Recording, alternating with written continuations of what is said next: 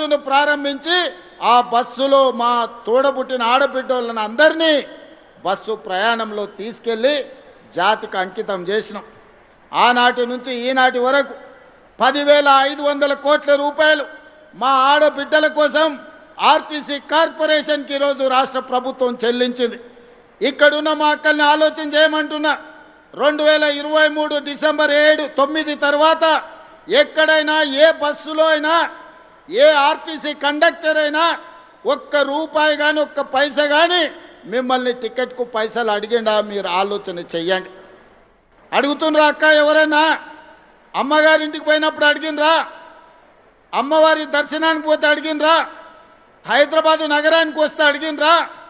రాష్ట్రంలో ఎక్కడికి వెళ్ళినా ఏ ఆడబిడ్డ కూడా అనా పైసా చెల్లించకుండా ఆర్టీసీ బస్సులో ఉచిత ప్రయాణం చేస్తుంటే కొంతమందికి కడుపు నొప్పి లేచి వాళ్ళ మనసంతా విషం, కడుపు నిండా విషం, కళ్ళల్లో నిప్పులు పోసుకొని ఆటో డ్రైవర్లను రెచ్చగొట్టి ధర్నాలు చేపించి ఆడబిడ్డలకు ఉచిత బస్సు బంద్ చేయాలని రోడ్డు ఎక్కింది.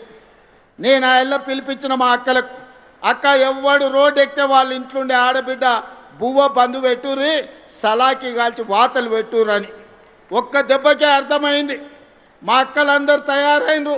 ఒకరొకరిని జుట్టు పట్టుకొని వంగబెట్టి గుద్దే పరిస్థితి వచ్చిందని రెచ్చగొట్టిన రాజకీయ నాయకులు తేలుగుట్టిన దొంగల్లాక మంచం కింద దాచుకుంటున్నారు.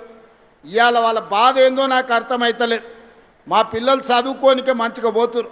ఇంతకుముందు పక్కూరికి పోవాలంటే ఆడపిల్లని చదివించుకోవాలంటే బస్సు కిరాయితో పాటు ఎక్కడ పంపాలనో కష్టం ఉండే. ఇవాళ ఆడపిల్లలు గ్రామీణ ప్రాంతాలలో పక్క ఊరికి ఆర్టీసీ బస్సులు వెళ్ళి ఇవాళ చదువుకుంటున్నారు. పాఠశాలల్లో ఆడపిల్లల డ్రాప్అవుట్స్ తగ్గిపోయినాయి. ఈరోజు విద్యా శాతం పెరిగింది. ఆడపిల్లలు విద్యలో రాణిస్తారు. ఆడపిల్ల ఎప్పుడైతే చదువుకుంటుందో ఆ కుటుంబం బాగుపడుతుంది, ఆ కుటుంబం ఆర్థికంగా నిలబడుతుంది. అందుకే ఆడపిల్లల్ని చదువుకోవడానికి అవసరమైన సంపూర్ణమైన సహాయాన్ని ఈనాడు ఆడపిల్లలకు అందించినాం. ఇదే కాదు, గ్రామీణ ప్రాంతాలలో పాఠశాలలు ఉన్నాయి.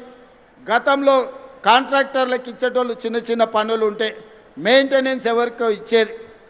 నేను వచ్చిన తర్వాత సీతక్కని అడిగి అమ్మ ఆదర్శ పాఠశాల పేరు మీద అన్ని 27,000 పాఠశాలల్ని ఈరోజు నిర్వహించడమే కాకుండా వాటిలో ఏమైనా సమస్యలు ఉంటే పరిష్కరించుకునే బాధ్యత కూడా ఈనాడు మా ఆడబిడ్డలకే ఇచ్చినాం.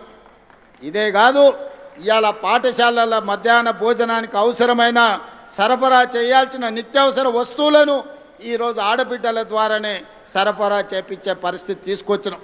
ప్రభుత్వ కార్యాలయాలలో ఉండే క్యాంటీన్లు ఒకప్పుడు కాంట్రాక్టర్లకు ఇచ్చేది. కానీ ఈనాడు ఇందిరా మహిళా శక్తి క్యాంటీన్ల పేరు మీద మా ఆడబిడ్డలకు మా సంఘాలకే ఈరోజు అప్పజెప్పి వాటిని నిర్వహించే విధంగా ఈరోజు ముందుకు తీసుకెళ్తున్నాం. ఇదే కాదు, ఒకనాడు పెట్రోల్ బంకులు అంటే హైవే వెంబడి వెళ్తుంటే రిలయన్స్ పెట్రోల్ బంక్ అని అంబానీల పెట్రోల్ బంకులు కనిపించేది. కానీ మా నారాయణపేటకి వెళ్తే మా ఆడబిడ్డల పెట్రోల్ బంకు కనిపిస్తుంది. నెలకు 5-6 లక్షల రూపాయలు సంపాదించుకుంటున్నారు. అంబానీతో పోటీ పడి రిలయన్స్తో పోటీ పడే పెట్రోల్ బంకుల నిర్వహణ ఈనాడు రాష్ట్రం నలుమూలల మా కలెక్టర్లకు ఆదేశాలు ఇచ్చిన ఎక్కడ ప్రభుత్వ స్థలాలు ఉన్నా మా ఆడబిడ్డలకు పెట్రోల్ బంకులు పెట్టడానికి స్థలం ఇవ్వండి. ఈరోజు అంబానీతోని వాళ్ళు పోటీ పడాలి అని. ఇక సోలార్ విద్యుత్ అనగానే అదానీ గుర్తొస్తాడు ఈ దేశంలో. అదానీ గొప్ప వ్యాపారవేత్త అని చెప్పుకుంటుంటాడు.